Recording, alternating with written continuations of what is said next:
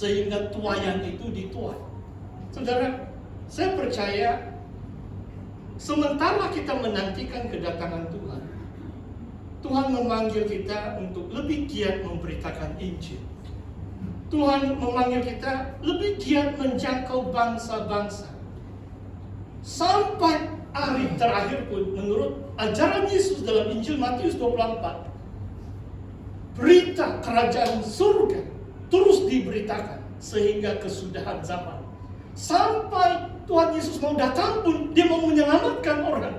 Sebab bila Tuhan Yesus datang, mungkin kesempatan itu sudah tutup, kan? Inilah waktu-waktunya kita sebagai rekan sakarja bersama Tuhan di ladang tuaiannya untuk menuai jiwa-jiwa yang masih menunggu pemberitaan Injil. Kalau kita tidak beritakan Injil, Roma 10 mengatakan bagaimana mereka percaya. Dan saya sadari itu, saudara. Tidak tahu hari itu saya ada bersaksi di sini atau mungkin di gereja yang lain. Ada satu pengurus bank, dia cerita saya lebih setengah jam. Tapi saya bukan karunia penginjilan, tapi saya ada sedikit kesal atau menyesal. Saya tidak betul-betul Injil dengan dia. Tiba-tiba dia katakan, kamu nampak, dalam bahasa Inggris, I can see that you are religious man, dia bilang. Itu pengurus bank. Beberapa bulan yang lalu, kamu orang yang macam alim, tapi bukan alim lah, pokoknya beragama. Oh, saya bilang, ya, saya pastor ini, saya pun mau sembunyi, saya bukan mau kasih tahu orang, kan? Sebab nanti marah-marah tidak menjadi kesaksian yang baik, apalagi pastor. Kalau Kristen pun mungkin kamu rasa malu, apalagi pastor. Jadi dari itu saya dapat sharing, dia tanya saya banyak perkara. Dia tidak kenal pun sidang Injil Borneo. Dia bilang saya kenal Basel, Anglican dan sebagainya. Ya, saya ada sebut nama Yesus. Ya, Yesus yang sama. Saya bilang Anglican, Basel, SIB. Tapi saya tidak Injil sama dia. Saya tidak kasih tahu, kamu harus terima Tuhan sebagai Tuhan dan Juru Selamat. Tapi saya berdoa sebab dia sudah tahu saya pastor. Mana tahu ada kesempatan yang kedua lain kali. Saya mau share dengan dia jalan keselamatan di dalam Tuhan. Saudara, menurut pembacaan kita malam hari ini, sementara kita menantikan kedatangan Tuhan, kenapa perkataan bersabar itu diulangi? Sebab banyak rintangan, banyak halangan, banyak cabaran. Kita perlu sabar. Mana tahu nanti 20 tahun, Tuhan belum datang lagi. Oh, kita akan pikir, macam lemah semangat sudah ini, tak sabar-sabar sudah ini. Kita perlu sabar menantikan kedatangan Tuhan. Dan di sini mengatakan jangan bersungut-sungut, jangan saling mempersalahkan. Dan kesabaran itu kalau kita lihat memang salah satu buah Roh Kudus, Galatia 5, dan definisi kasih agape di dalam 1 Korintus 13 adalah yang pertama apa itu? Love is patient.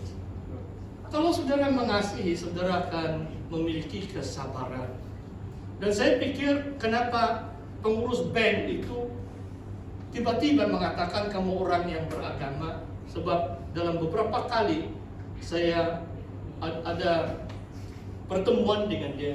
Dia lihat saya sabar, dia lihat saya bertenang dan lemah lembut mengutarakan hal-hal yang tertentu dengan dia. Sabar, jangan bersungut-sungut. Wah, saudara, saya rasa kalau tabiat atau kelemahan bersungut-sungut itu tidak lari lah itu. Kalau traffic jam pun boleh bersungut, kan? Hujan kuat pun boleh bersungut, tapi jangan bersungut. Di antara dosa yang menjatuhkan umat Israel waktu penggembaraan di padang gurun adalah bersungut-sungut. Jangan bersungut. Oh, itu makanan di mana mau cari mereka bersungut? Air tidak cukup bersungut. Semua pun bersungut. Dan kadar inflasi naik bersungut nanti. Kan? Tapi jangan bersungut, tapi berdoa. Seperti yang saya katakan, Tuhan sanggup, Dia berkuasa memberkati. memelihara umatnya yang berseru kepada, dan jangan saling mempersalahkan. So, manusia, bagi saya kita ada pilihan mengasihi secara objektif, saling menerima, atau pacar kita selalu mencari kesalahan orang lain, saling mempersalahkan. Ada orang seperti itu. Mungkin beberapa pemimpin sini yang kenal dengan saya, mungkin mereka paham lah itu. Sejak saya masuk sebagai hamba Tuhan tahun 94, apalagi pernah sampai di pusat juga satu penggal. Tapi karena saya mungkin pernah sampai di pusat, sampai hari ini ada 1-2 orang masih mencari kesalahan.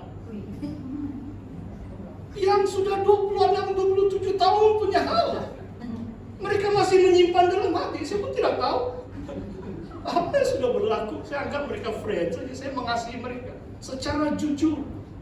Saya tidak mau membenci, saya tidak mau menyimpan dendam atau kesalahan orang lain. Jangan bersungut-sungut, jangan saling mempersalahkan. Sabar menantikan kedatangan Tuhan, meneguhkan hatimu. Hati kita perlu diteguhkan, sebab kalau kita perhatikan keadaan-keadaan dunia, cemas kan? Beberapa hari yang lalu Presiden Putin, "This is not a bluff," dia bilang. Saudara tahu, dia menggunakan senjata nuklir, 6.000 lebih bom yang dimiliki Rusia. Presiden Biden jawab, "Don't." Dia bilang. Luar biasa. Amerika Syarikat pun ada 6.000 lebih bom nuklir. Kalau mereka menembak 600 saja, hancur sudah dunia. Tapi Tuhan yang berkuasa, tidak ada yang akan berlaku tanpa izin Tuhan. Tuhan tahu, buku meterai 7 itu Allah Bapa memberi kepada domba. Mungkin saya mau sharing sedikit, sebab Pendeta Robel ada sebut di sini. Di mana ayat mengatakan anak dan malaikat tidak tahu kan hari kedatangan Tuhan. Sebenarnya jawaban rahasia adalah berada dalam Wahyu bab yang kelima. Waktu Bapa memberi kitab gulungan meterai dengan 7 meterai itu, anak domba akan tahu. Bagi saya percaya Tuhan Yesus sudah tahu bila kedatangannya. Sebab Allah Bapa sudah memberi gulungan kitab itu dalam penglihatan bab yang kelima. Waktu Yesus datang sebagai manusia 2000 tahun yang lalu, mungkin sebelum kematian dan kebangkitannya, Allah Bapa belum memberi itu pengwahyuan yang Yohanes tulis pada penghujung abad yang pertama itu. Tetapi sekarang Tuhan Yesus tahu.